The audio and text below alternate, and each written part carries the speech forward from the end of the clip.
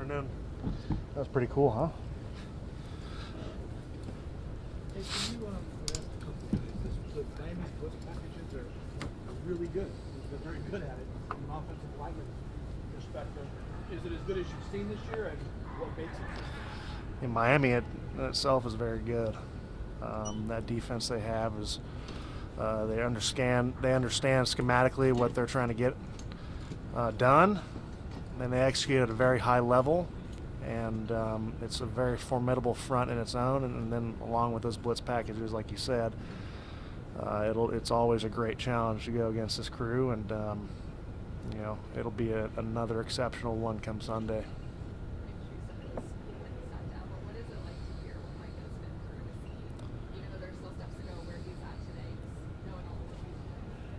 I think resiliency is thrown around sometimes, and it can go over your head, or you can, it's overused sometimes. But to me, that's about as resilient of an effort to make it back to this team and be out there. And it was tangible, it was palpable, it was infectious today to see him out there and lit a spark under us. It was fun. It was just fun to see, and he had a lot of good points to talk about, and to just kind of see where his mindset is and how he's wired, and that's why he's been the way he is, and the player he's been for so long. That's just how he's made. As a fellow leader on this team, you looked across the field during practice. What sense do you get? What does his leadership mean to that side of the ball? You know what? Obviously, Josh's leadership means the quarterback, the offense, but you have several quarterbacks in the defense, I think, at various levels. What does his leadership mean on that side of the ball from your perspective? Yeah, I think his leadership was felt a lot more than people saw, probably, even on the sideline. He was always in those guys' ear. He's been a prolific football player here since the Sean McDermott regime started.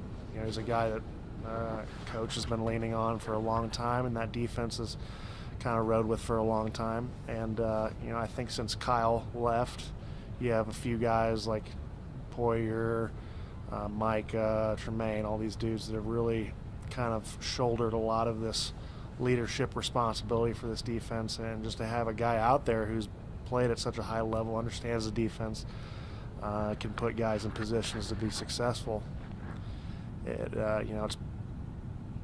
It's paramount for a lot of guys to have him back out there. I talk about the Sean McDermott era.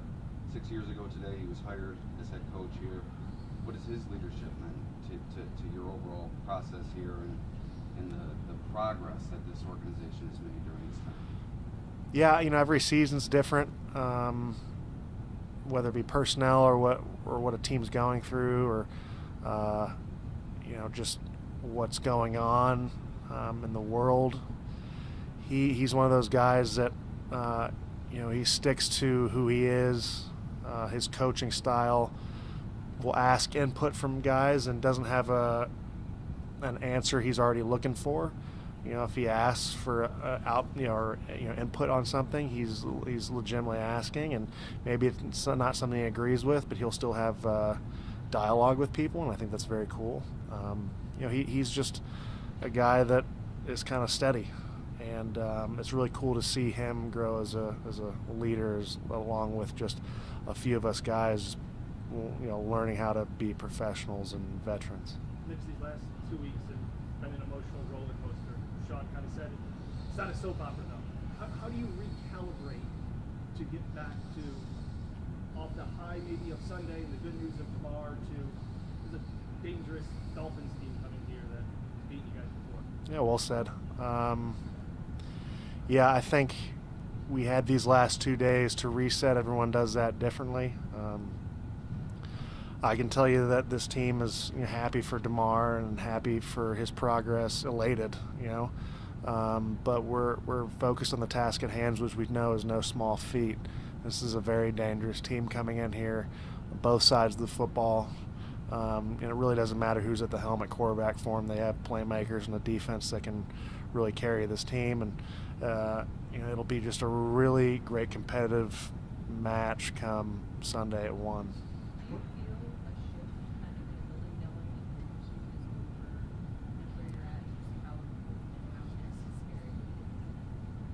Well, when you're in this position, being in the playoffs, every team in the playoffs is going to say how important this is. You find a balance between knowing what works, what got you to where you are, but also understanding that mistakes might be heightened. The stakes are very high, the highest in the sport, but not letting that make you too rigid. Still having your personality, still having the fluidity of a conversation or a practice, and not being uptight, because that's when you play outside of yourself. So it is a fine balance, but we all understand what being in the playoffs means. It's a 1-week season from here on out, and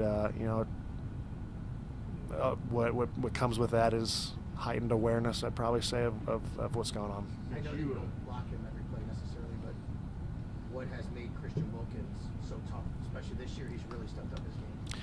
Yeah, I'd agree. I think he's playing his best ball right now. A very multiple football player can line up at different positions on the D line and be disruptive. An athlete, I think a guy whose motor is pretty remarkable for his size and his position, and very competitive dude. And I think that's not lost upon anyone who watches him play. So it's a great challenge every time you get to go against him. And like you said, I think he's playing his best ball. A guy who can make a difference in both run and pass game, and one of those guys you definitely have to be aware of on the field. Sorry about that. You talked earlier about the heightened awareness of the postseason. You guys have been dealing with heightened expectations all year. I mean, you came into the year as preseason Super Bowl favorites, and you've had to sort of stomach that all year. What impact, if any, has that had on the locker room, dealing with those expectations? You're aware of outside perception. You're aware of outside noise at all times. But we understand the mortality of this team. Granted, that might be the wrong choice of words in this given moment, but we understand that anyone can beat anyone on any given day. We do not feel like we've been owed anything. We still feel like we're not owed anything. This team has beaten us before in a pretty embarrassing fashion. We have the utmost respect for this team and every team we're going to face possibly in the future. But, this is a team it's going to be a 4-quarter battle, and it's going to be an exciting atmosphere. But we don't put any extra pressure on ourselves, because we don't dictate ourselves as the Super Bowl champions until whoever plays that is going to go through it. So it's a 1-week season, like I said.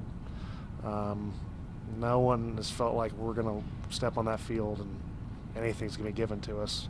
Exactly the opposite. We're going to have to go fight for it, because this team coming in here is very competitive and aggressors. Does it help that the familiarity? You know these guys. You know they beat you, and you know how tough it was to beat them back a little like 3 weeks ago. How much does that help maintain the focus? Because this team is something that you know very well. Yeah, I think there's the flip side of that coin. They know us very well, right. Also. I'm not disparaging your point. I think it's a catch-22. You do have familiarity. They have familiarity with you, not only schematically but personnel-wise. You've put a lot of time on task. You've had a reps against these players, understand what's worked for you, what hasn't worked for you. That's a great question. I think it has its pros and cons, for sure. With what Tua's going through with his head injury, and he's been declared out this week, as someone who's dealt with head injuries in the past, most recently this season, do you have any thoughts on what he's going through and how difficult that is for a player, especially approaching the postseason, not to be able to be out there with ongoing? Yeah, absolutely. It's something I was going to, eventually when this all plays out, hopefully reach out to him and just talk to him about the whole situation. Every one of these head injuries is different. You see 1,000 concussions. Each person, has different symptoms, carries different weight with them. I've missed the postseason before with concussions. It's never fun to miss football with a concussion, but especially when you've worked so hard to get to a point. I think in the end, you have people around you that are looking out for you. I think you're aware of the situation itself. It doesn't define you. It doesn't dictate who you are. There should be no. Hopefully, he doesn't feel like there's a stigma about him, even if people tell you, because the only opinion that matters is his and the people, his close family. It's something that'll work itself out. And I feel like I'm not at a point to have an opinion on his playing status where he is, because everyone's situation is so different. I've had multiple concussions in a season. I understand how emotionally taxing that can be. It's nothing you look forward to, but it's part of the game. It's part of the gig, and I think he has strong enough faith and strong enough backbone to understand that this is just kind of what he's dealing with right now. This is a script given him in 2022 that doesn't dictate who he's going to be in 2023 or his status in 2023. But it's one of those things that you got to be conscientious of. Your body will tell you when you're ready, and that's the only opinion he should really be looking after. So there's people in place to tell him when he's safe as well, because sometimes in these situations, not saying in his in general, people have to look out for you as well. So it's a very volatile situation. It's one that the outside perception that and the public have, for some reason, have opinions that they feel like they can dictate what a person should or shouldn't do. It's ridiculous, but that's the nature of the beast, and I feel for him going through it. Do you recall anybody or anything you may have leaned on in your past experience when you did miss the postseason with an injury? Family and friends, just like anything. The family feel these injuries as much as anyone, and feel them probably more than you do. You understand your body, you understand what you're going through, but like I said before, the public has varying opinions on these things. But in the end, all you can care about is your opinions within your circle, whatever he dictates his circle, whatever he deems his circle to be. And eventually, when all this is settled down, when all this is stuff, I'd love to have a chat with him and just kind of have a candid conversation if he wants to. Some people don't want to talk about it. That's fine by me. Appreciate you. Thank you.